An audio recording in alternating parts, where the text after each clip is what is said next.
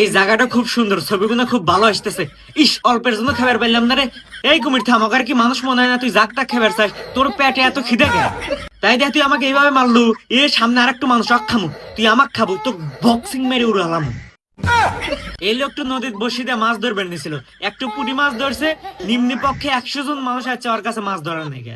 তাহলে ককেবারও থাকে পিঁপড়ার ডিম দেয়া বসে দেয়া মাছ ধরমু।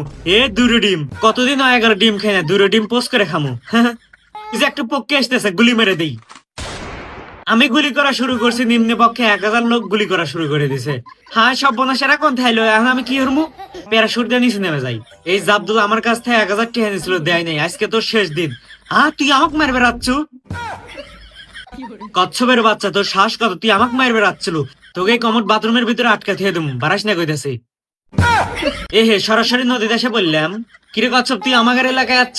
তোদের এলাকায় যাচ্ছে জন্য আমাকে মারলো, যেমন হয় তাই নাই। হ্যাঁ, আমার কি মানুষ মনে হয় না? তোদের আর কোনো কথা আছে? সেলুট বস।